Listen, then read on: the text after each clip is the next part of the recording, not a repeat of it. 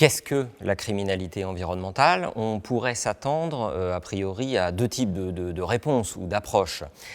Une première réponse qui serait, disons, théorique et qui consisterait à tenter une sorte de définition générale de la criminalité environnementale, une définition en toute généralité, par-delà ces manifestations particulières, à essayer de cerner conceptuellement le phénomène, essayer d'en saisir en quelque sorte l'essence ou la nature profonde, ou à livrer un modèle explicatif général.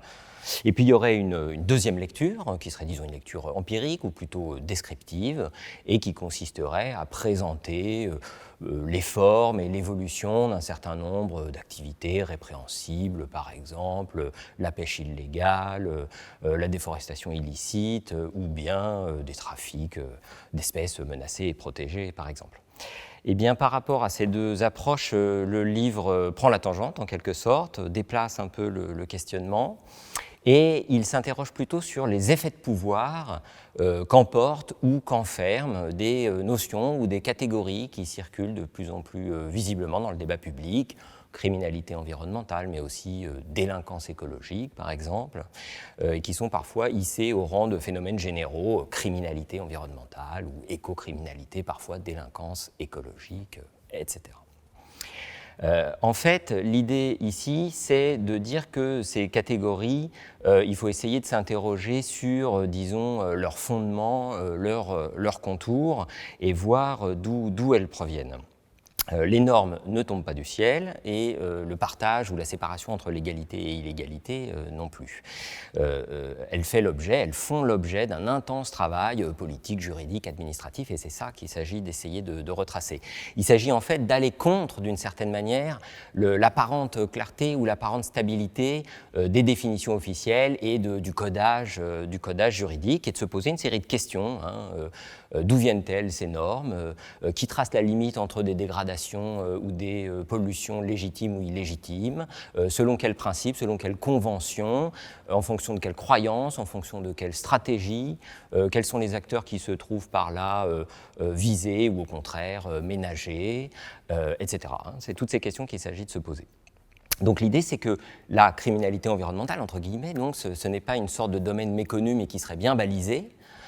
C'est une sorte d'ensemble complexe, composite, d'institutions, de représentations, de discours, de pratiques, une sorte d'écheveau qu'il s'agit de démêler, et c'est ce que j'essaye de faire ici. Alors pour ce faire, je retrace d'une certaine manière la genèse et le développement de ces catégories, notamment au niveau des institutions internationales, pour essayer de montrer une série de problèmes. J'en mentionne deux. Il y a un premier problème qui est linguistique, c'est que crime en français et crime en anglais, ou infraction et infraction, ça ne veut pas du tout dire la même chose. Et en fait, dans la circulation internationale de ces catégories, ça crée pas mal de confusion. Et puis il y a un autre problème qui est celui du juridisme, entendu comme une approche qui ne s'interroge ni sur les conditions de production des normes juridiques, ni sur leur bien fondé. Il s'agit d'aller, en quelque sorte, dans ce livre, contre le juridisme, d'aller, disons, au-delà du juridisme.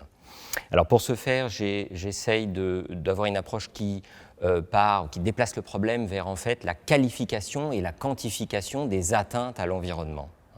Et j'emploie le terme atteinte à dessein, car en fait la question c'est de se dire il n'y a rien d'évident dans le fait de séparer des atteintes légitimes et des atteintes illégitimes, des crimes et des délits, des infractions et des atteintes et des altérations, ou même des altérations et de simples actions sur le milieu. Et ces séparations-là, elles sont encore moins évidentes à notre époque, c'est-à-dire, disons, à l'époque du franchissement des limites planétaires, et en fait c'est tout ce qu'on entend par crime qui mérite d'être interrogé. D'où une approche comme ça. Qu'est-ce qui est qualifié, par qui, comment, qu'est-ce qui est quantifié, par quelle convention de mesure, etc.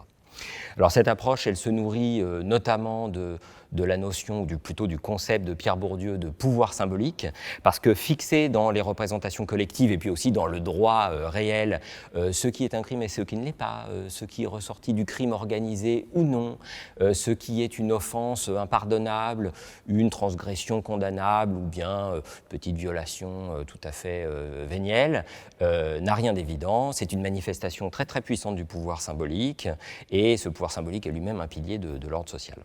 Et puis il y a une lecture aussi qui emprunte au concept de Michel Foucault de gestion différentielle des illégalismes et qui est une manière d'aller à l'encontre d'une lecture convenue qui consiste à dire que la criminalité environnementale, ce serait le produit d'un rapport particulièrement favorable entre des profits escomptés qui peuvent être très élevés et des sanctions encourues qui sont généralement rares et faibles. Et puis, pour expliquer la persistance, on mettra en avant la faiblesse des réglementations juridiques, une certaine atonie institutionnelle, le manque de moyens ou de formation des services répressifs, etc.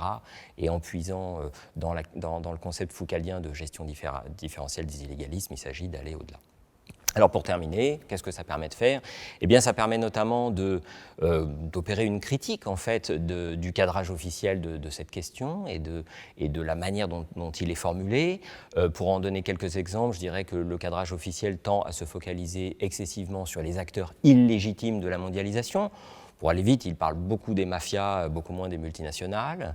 Il se focalise aussi, outre mesure, sur les pays du Sud, en laissant parfois commodément hors du tableau les pays du Nord ou les rapports de force Nord-Sud. Il se focalise aussi à l'excès sur les conséquences plutôt que sur les causes. Et puis, il nourrit une représentation de la séparation entre légalité et illégalité, très commode et en fait assez artificielle et assez irréaliste. Et donc, qu'est-ce qu'il laisse dans l'ombre à la fin? Eh bien, il laisse dans l'ombre le fonctionnement normal du système socio-économique, les principes et les procédés usuels de la vie économique, et donc en dernière instance le mode de production capitaliste, qui s'avère précisément être un mode de production fondé sur l'exploitation du vivant. Et donc, ce cadrage officiel, il peut servir commodément en, disons, dramatisant d'une certaine manière la criminalité environnementale, même s'il ne s'agit pas évidemment de nier sa gravité, de servir d'alibi, une sorte d'alibi légaliste au saccage légal de l'environnement.